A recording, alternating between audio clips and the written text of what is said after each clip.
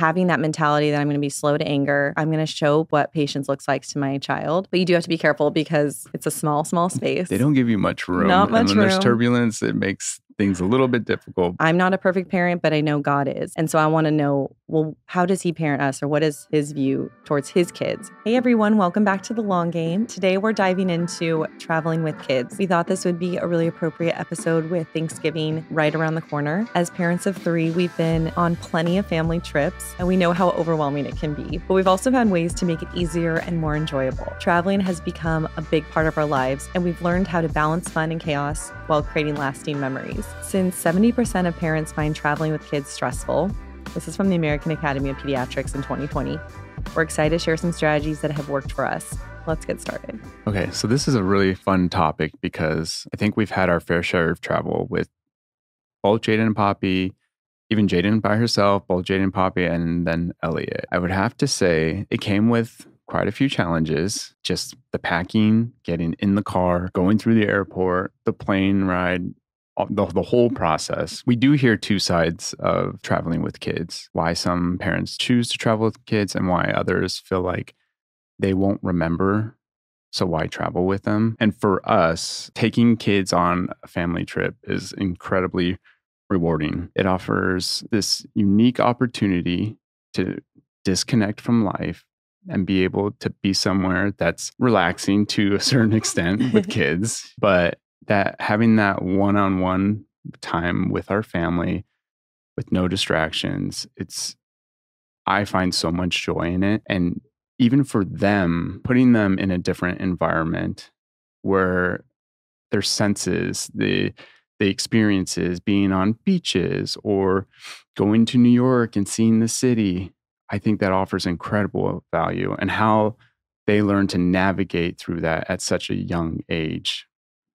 I feel like it's incredibly important. I also think that the idea that they're not going to remember something, so why am I going to do it? But that would be the same thing as why are you spending time with them when they're little? Or why are you nurturing them, giving them hugs when they're so small if they don't remember? And these little imprints of their childhood are placed on them. That's why kids who have really traumatic childhoods, even if they don't remember it, it's still imprinted in there as an adult. They still have that. So these imprints, when we think of traveling, is what has motivated us to bring our kids and invite them on those experiences. Traveling is a part of our lives. Our kids are a part of our lives, and we want to bring our kids into something we love, and we want to share that love with them. But I can see the other side of with not traveling with kids, because you have to figure out, okay, what are they going to eat? Is it throwing them off of their nap routine?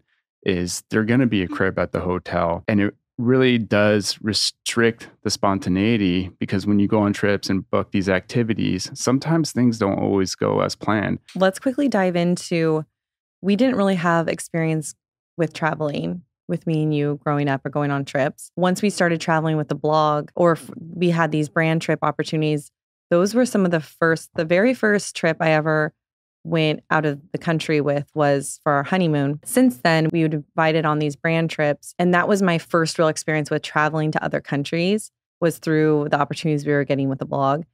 And Jaden wasn't coming with us in the very beginning. And when we would go, I would always say, I want to bring Jaden. She would love this. I think if I hadn't gone through those experiences, we would have never really prioritized travel. Yeah, because we didn't grow up with it. So why would we suddenly want to take our kids on these trips? I do think the landscape has changed a bit, to where the invention of social media and seeing all these different places, the activities, the resources that TikTokers are offering, visit this place and do these things, that opens up the mind. You can see the locations now in video, before couldn't. 40 years ago, back then, you didn't get that. You would just get it through whatever you saw on TV or through reading the newspapers. I thought this stat was really interesting. Research shows that 70% of parents consider traveling with kids one of the most stressful family activities. Source is American Academy of Pediatrics and the 2020 APA stress report. So if you already go into the mindset thinking that this is going to be the most stressful family activity, I could see why you would not want to go there. But we have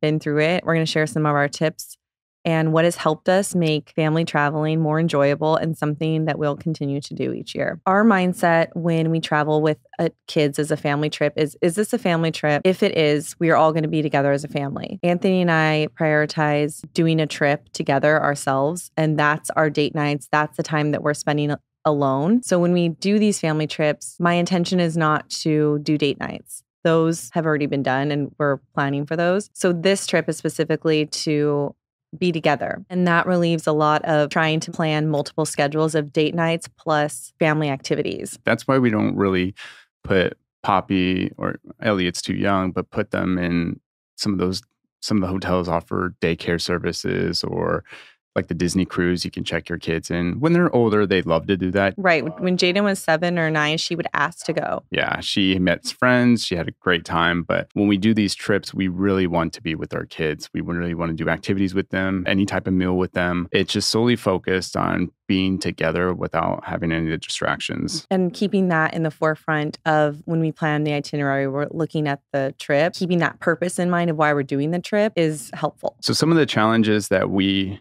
had encountered early on when taking Poppy, when she was born, we had to figure out the packing situation. I think that was a really big one because we didn't know how many diapers to pack for, how many outfits. There's a lot that goes into traveling with a baby. One of the things that you had started was a packing list. 63% of parents say packing and planning is the most stressful part of family travel. This is from the Pew Research Center in 2023. And if you can pre-plan and have a packing strategy, it takes a little bit more effort, but with the preparation and the right mindset, it's going to be such a more rewarding experience. What I found that works for me is I have a notes pinned at the top of my notes app. One is a Poppy packing list and one is an Elliot packing list. So when I'm packing, I am not thinking anything through. I already have it all thought. For example, it'll say her water bottle, her straw she likes, all the little things that you would potentially forget because they're just so a part of your daily routine. I'm going through that. Now, on the first trip we did with Poppy, I actually forgot a couple things because while I was there, I realized, oh, I didn't even bring that. At that point, I add it to my checklist. So the next trip, it's more refined. We're constantly adding things because depending on the type of trip, what they actually need. But I feel like those lists are always getting updated. That has been really helpful. We both have it shared on our phone. So if he needs to get started packing for Elliot, he doesn't ask me, oh, what do you want to pack for him?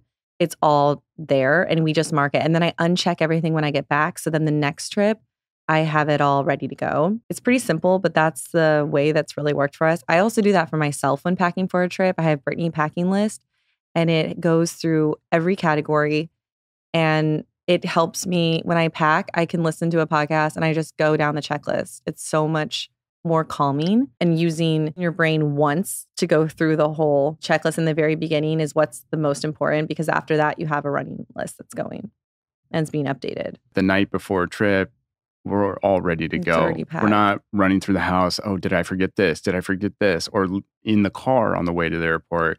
Oh my God, I feel like I forgot something. We never feel like that. So the morning before we leave, I go through the list again to make sure that if there was something like his utensils that I used that morning for breakfast, I would need to clean those really quick, add them to my bag and mark it off. So when we walk out the door, we do not feel like we missed anything. Although that one time I forgot his passport, even though I marked it as complete. Well, because we were so used to bringing 4 passports. Good thing we ended up not going on that trip. But yeah, we completely forgot Elliot's passport. It's okay. Good thing, yeah. But that was also the first time because usually I handle the passport. So that was the first time. What was that? We were supposed to go to the Bahamas right afterwards and the trip ended up getting pushed. But when I was in the airport, I realized I didn't even have it. We couldn't have gone anyway. It worked out. Meant to be. So don't mark them off until you actually have them in your hand. Yeah. Or no, I even forgot the passports on the Disney cruise one year. But that was before I was using the checklist. Yeah, we were all the way in downtown LA and we had to turn it back. But good thing I left in enough time. The dad time for airports. Anthony likes to get to the airport 4 hours before. No, it's like 3. But see, you never know. It's worked. But yes, the list makes things a lot less stressful for sure. Activity bag for the plane. This is something that now as Poppy's gotten older, she really looks forward to. We have a backpack. We don't let Poppy watch TV. I mean, very rarely. Now she's watching Hallmark shows with us. Yeah. But at this point, when we were doing all this, when she was little, for sure under 18 months, we didn't want her watching. And especially on those long flights, 6, 7 hour flights. I couldn't even imagine us just having her sit and just watch TV that whole time. So for us, what we found has worked is we have a backpack. It's an activity bag, and there's a lot of different things in there. I have sticker books, there's magnetic games, all of these little travel things that are helpful. But what's been nice about this is she looks forward to packing her activity bag for the trip. And that means for her that we're going somewhere.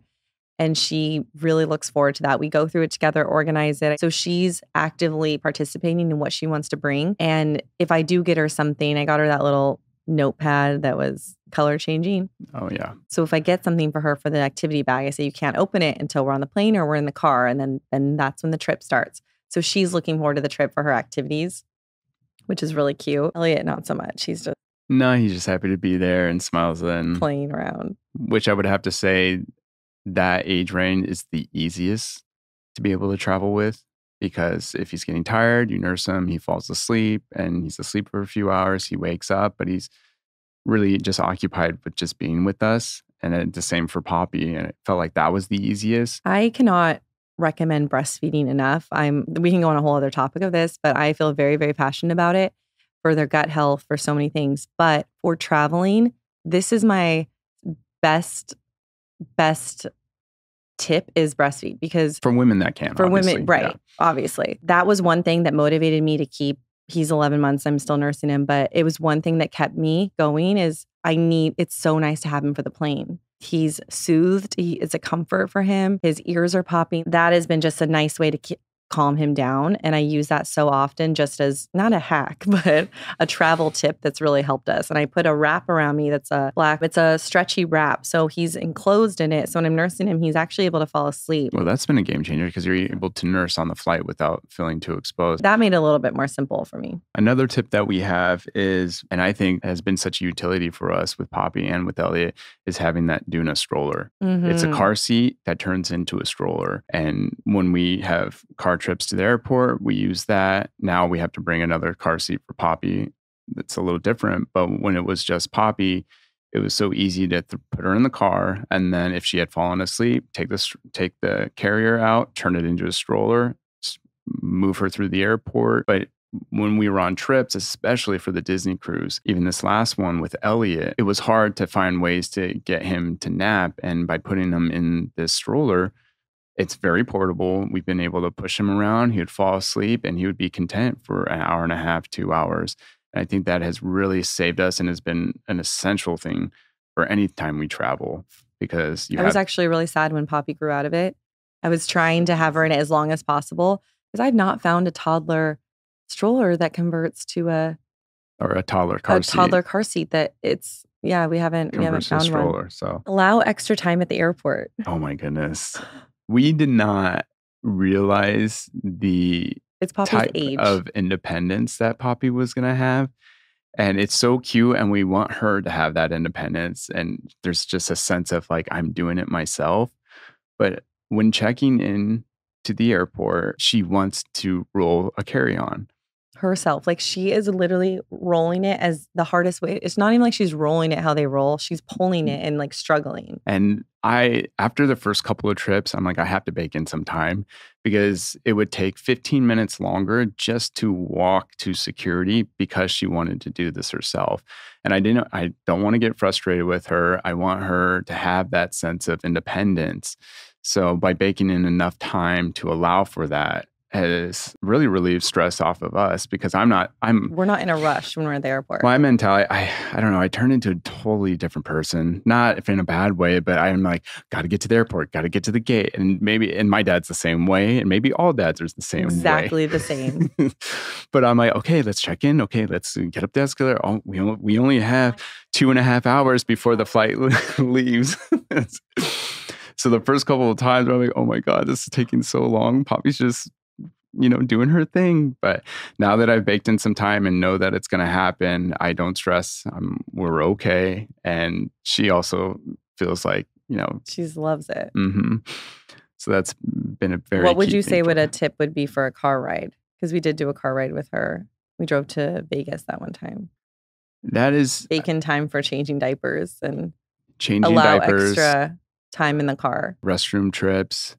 There's been a few where we're on the road for an hour and all of a sudden she has to go potty or I do would say something.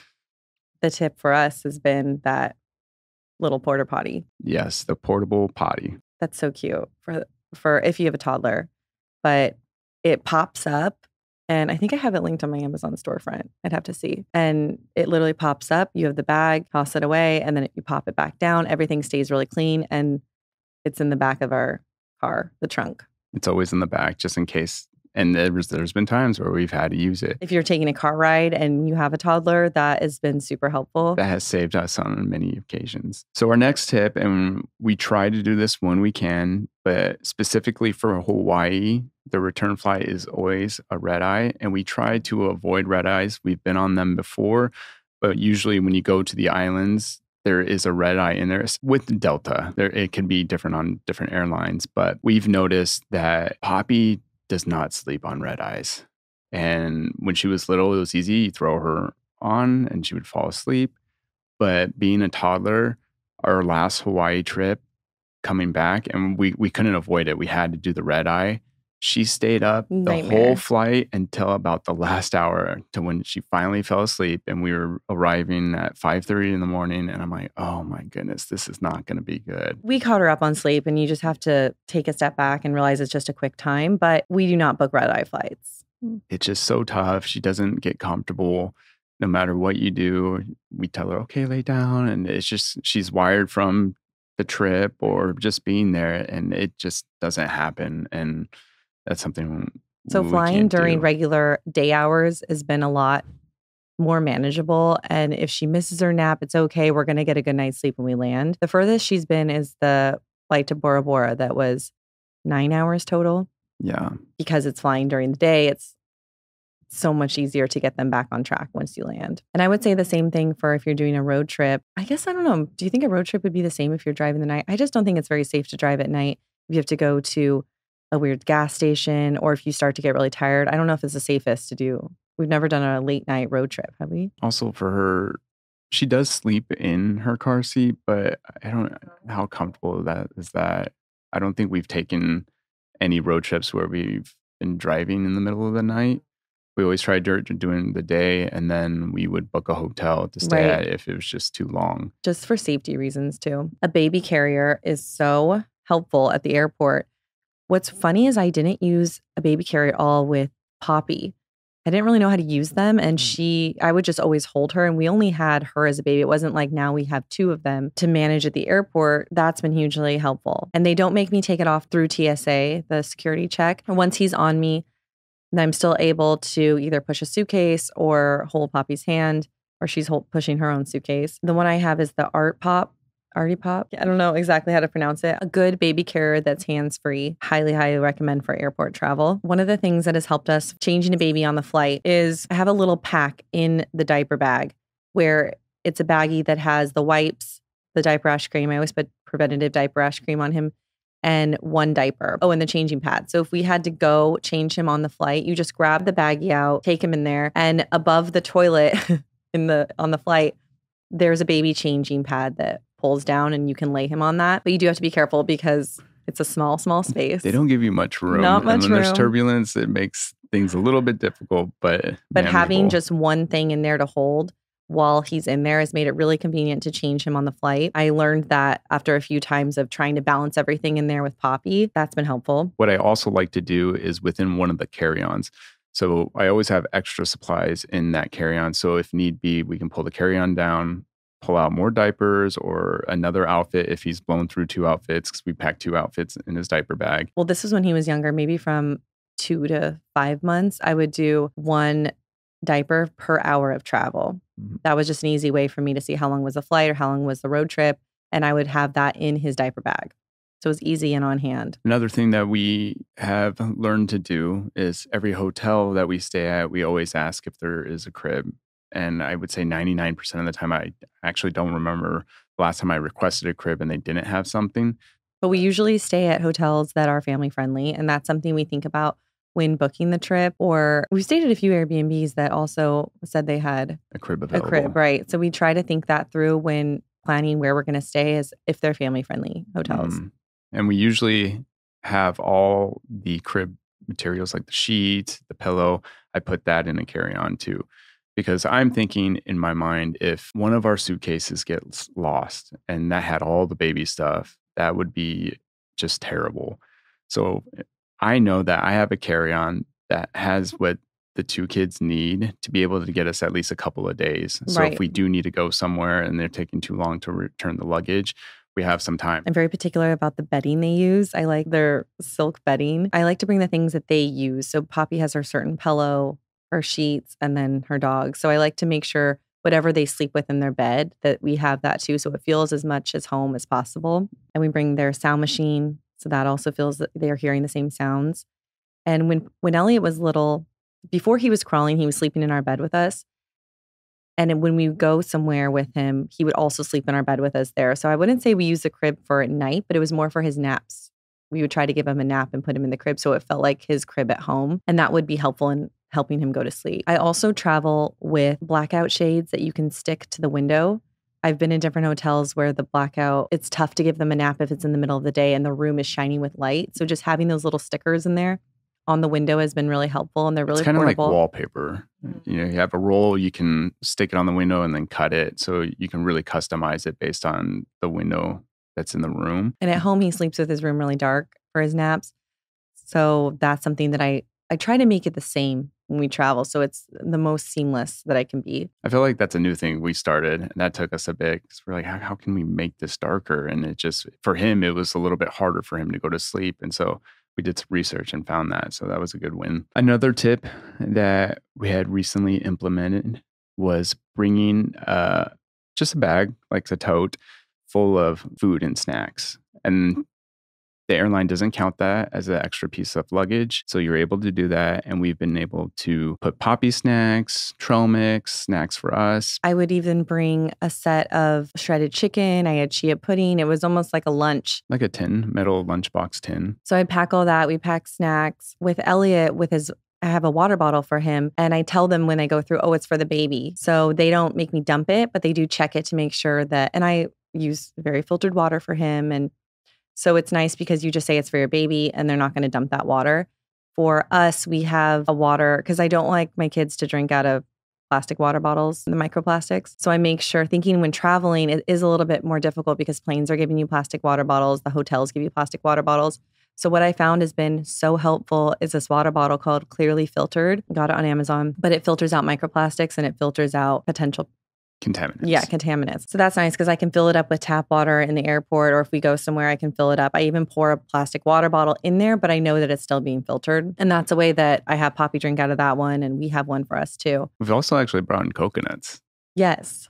They allow coconuts. Before I found the water bottle, I was really trying to figure out how to bring some type of hydration because they give you the water and it's the plastic water bottles. And because we're so used to not doing it at home, it's hard for me to enjoy the water when I know too much. And you're able to bring through full coconuts. So I've done that. And that's a great way to get electrolytes. So that has made our family trips less stressful, but not stress-free.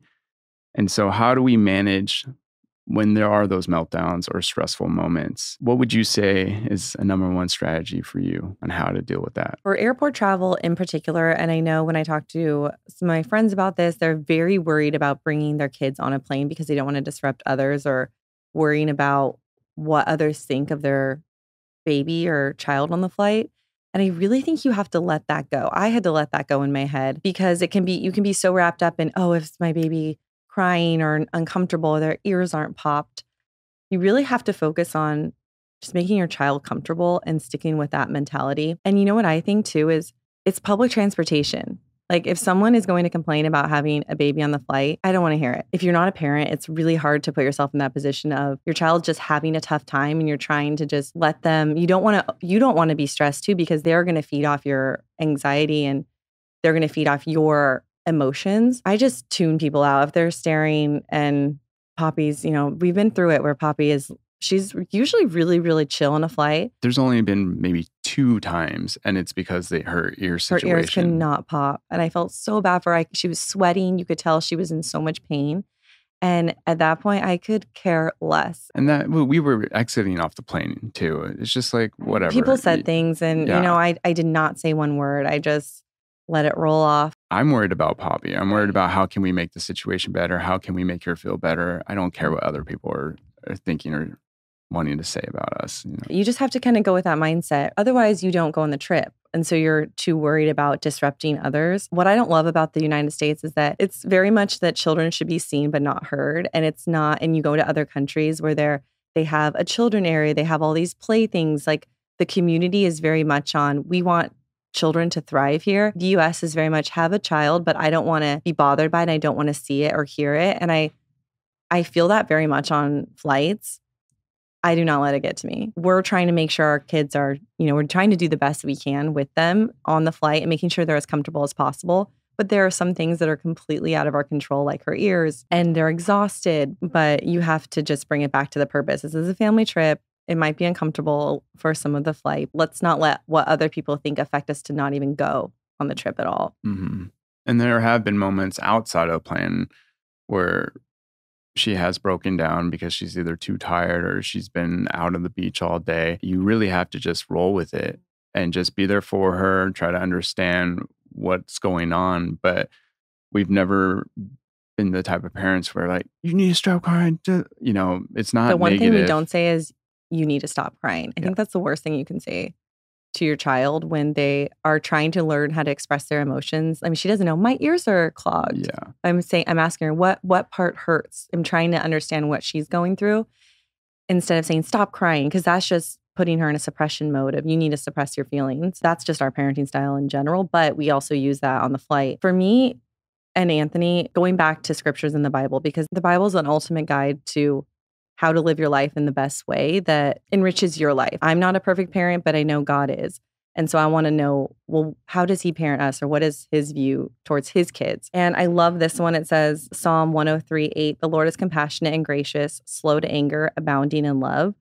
And slow to anger is something that I always have to remind myself in my head and at home.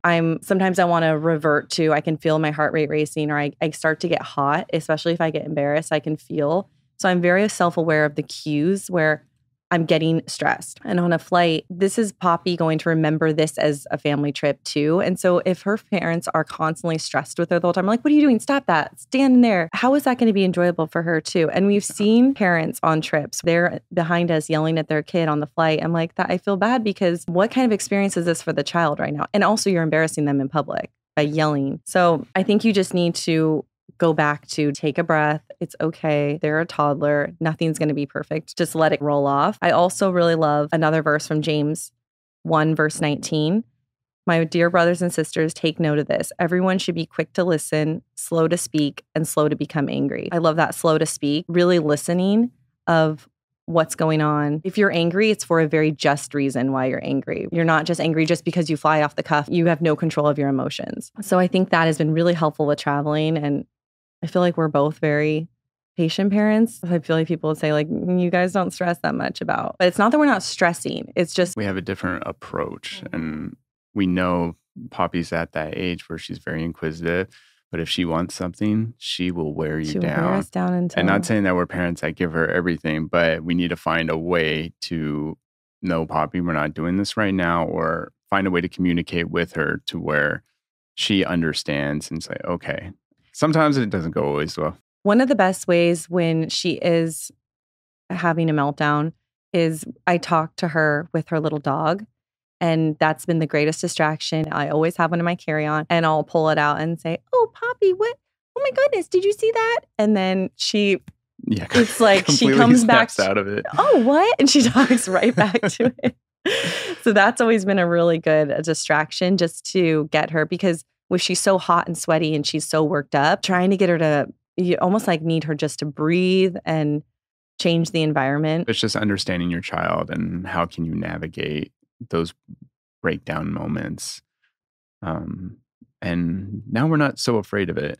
Before it was a little bit overwhelming because it's maybe the first or second time that it's happened. But once we understand her and talk through and having, her dogs with her and being able to talk through with her dogs, I think it's made just in general life, whether we're traveling or not, there's just so much less manageable. Yeah. We're also not expecting them to be completely silent and not speak and don't say anything, be quiet. And We're just letting them be kids. So 75% of parents say managing their kids' emotions during travel is the hardest part.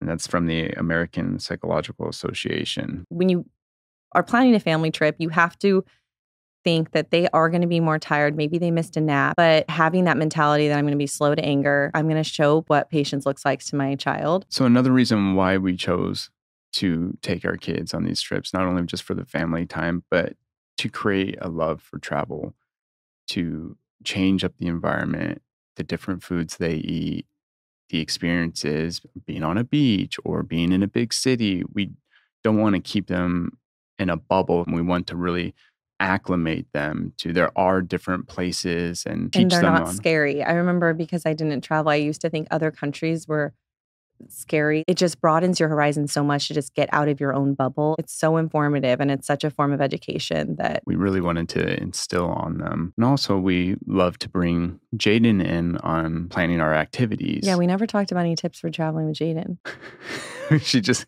she books a seat and then she falls asleep on the plane. Yeah, I mean, No, she falls asleep and I don't even hear her the whole time. No, the only thing we have to do is wake her up when we get Like, off Jay, the are you flight. good? Yeah. Remember the last flight? I literally thought something happened to her. She was out, but the way she was sleeping, I looked over, I'm like, Jay. And I actually got really nervous. And I took a picture after when she was fine. Sent it to me. And she said, Mom, I look scary. I'm like, I know. I thought something happened to you. I was getting really worried. This kid can sleep and it's like a deep sleep. I could feel that I was getting panicked. I'm like, okay, I need to just breathe. I think she's fine. But she did not show any signs of life. I was like, Jay, I thought we lost you. Yeah. But we do involve her when we are planning trips, what kind of activities, the Disney cruise, the different islands. Oh, would you want to do this? So that gets her excited for. Also, when we would travel just with her before, we would do a lot of road trips. I would say we did more road trips than we did planes. In the very beginning, we would go to San Diego. We would drive to San Francisco. Go to Mammoth. And she would help us pick what we wanted to do. And I think that was really great. That was when she was, I would say, 7. It's great involving her because even when we went on our first trip to New York, being able to show her those historical places, the history behind it, going to the Statue of Liberty. That was actually our first trip to New York too. So we were all learning together and it was so much fun. That was probably in 2014. And like she would revert that to, oh, what she's learning in history, or, oh yeah, I just learned about this. It got her excited because not only that you're just reading on a textbook, but you're actually there. And it's just a different feeling. And we took her to Europe when she was, I want to say she was 9. Yeah, 9 or 10. She still says that that's her favorite trip to Italy. She still talks about that. She said, oh, I really want to go back to that place. I have such good memories there. And that's really special. It's a fun little stat. Kids who are engaged in travel activities report higher curiosity and adaptability to new environments. And that's from the American Academy of Pediatrics. Love that. I feel like she has traveled quite a bit. She's very adaptable. She's not afraid to go to New York. We would feel pretty comfortable with her being able to travel there by herself. As I say it, there's some hesitance. I'm like, oh, I know.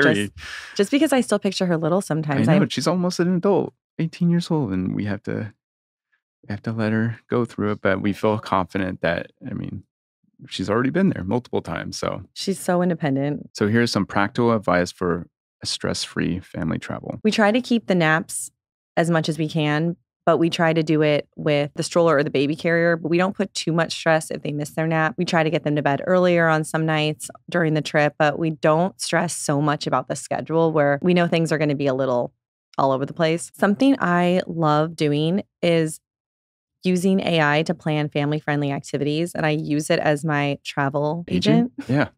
Which is nice because wherever you're going, whether you're going to a family's house and you want to see the city around, planning those family activities and knowing what food spots you're going to be able to eat at. I feel like for us too, because we eat so specifically that we want to try to really eat as healthy as possible, planning in advance where those places are going to be on anywhere we're going has been so helpful, and using it as a resource to help plan your trip. And that saves a lot of prep time in your head. And it's really good at, these are the sites that I want to see, recommend some possible restaurants within in that location. And then it will plan out, okay, if you're at this site, you can spend 1 hour here. Wherever you're going, First, always give AI the identity. You want to say you are an expert travel agent in Paris or wherever you're going, because then they're going to pull from places where all those blog posts or anything have been. They're going to Well, pull you it from want different it, sites. the information is so broad. So when you do a broad prompt, like a question, that's what it's pulling. It's this huge, vast knowledge. But when you start to hone in on it and say, okay, you are a travel agent, we're going to Paris. With a family of 5, I have these ages. You're giving it Exactly. exactly what you need. And you need a 3-day itinerary. You need 4 days. You don't want everyone to be exhausted. You need breaks for food. Give it exactly what you're looking for and it will pop out. You can make edits from there. I like ChatGPT. I feel like it's very simple. We also use Perplexity. It pulls references from various websites. So it can pull from 20 different websites. It pulls all that information in and then uses its AI capabilities to basically formulate a travel plan for you. ChatGPT, I don't think it's been updated. Its database has been updated since 2023, You late do have to check that some of 2023. the restaurants are still up to date. And if they're not, I'll say this one's closed. Can you swap it for another? Just give it the edits you need. But that's been so helpful in planning a family trip. It takes out so much of the prep work. For the food, I forgot to mention this earlier with the breast milk. I posted a YouTube vlog about our London experience with this. This was my first time traveling without Elliot and trying to figure out pumping the breast milk and sending it back. So after researching certain services, we realized it was more beneficial for us to buy a Yeti cooler.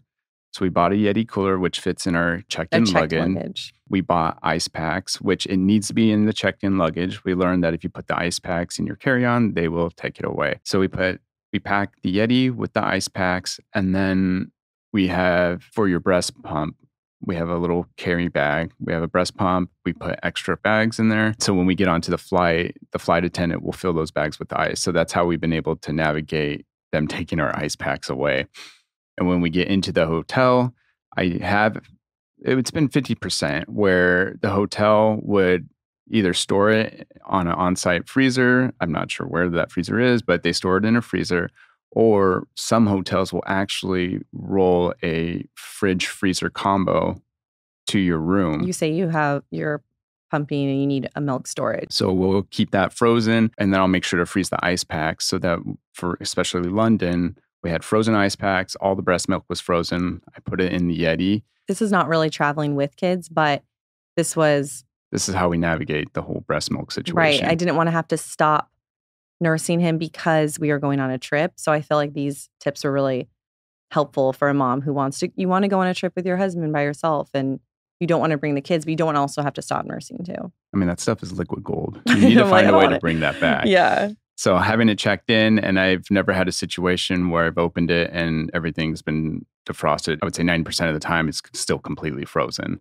So that was another way. A lot of stress for us. Yeah, we've been able to navigate that. Right. Traveling with kids can be challenging, but would you say that you've had any regrets? I've had no regrets whatsoever. At all? Of traveling with them? I felt this summer it was too much travel. Well, too much travel. We put that on ourselves. We did that to ourselves. But there was trip after trip where we thought we could do it. We had the checklist. Everything was good. But there is such a thing as too much. I was like, I'm drained by the end of it. But I think we've done such a great job in putting systems in place to limit those stresses that could occur while traveling with kids. And putting ourselves in a calm mindset.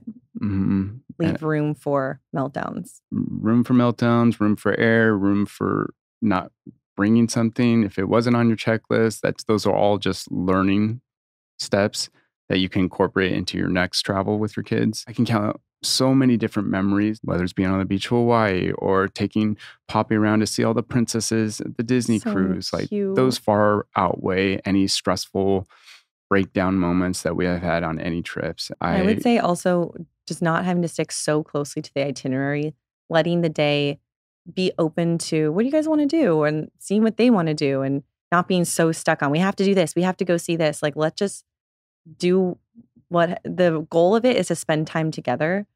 So really taking that back to the purpose of the trip. Yeah, maybe it's not you did exactly what you want to do, but if you guys spent all day at the park at in a different country and you were Planning to sitting see on, some historical monument and that just didn't happen. it's still a win because you still had amazing family time together. I think one of the biggest takeaways is start small. Don't get so overwhelmed that you have to plan a 2-week vacation and it has to be this way. Start very small. Plan a weekend getaway. Maybe start with you or your partner first and do it as a see if you like traveling together. Maybe you really just don't like traveling. Don't force yourself, but maybe spend time with your family in a different way. But if you do enjoy it on your own, make an effort to go with your kids. I never regret it. I never regret the family experiences that we've had together. It's very rewarding. Thank you guys so much for tuning in to this week's episode of The Long Game. Don't forget to check out our Instagram at Brittany Xavier, at Anthony Xavier. Please leave a review. We would love to read it on an upcoming episode, and we'll see you next week.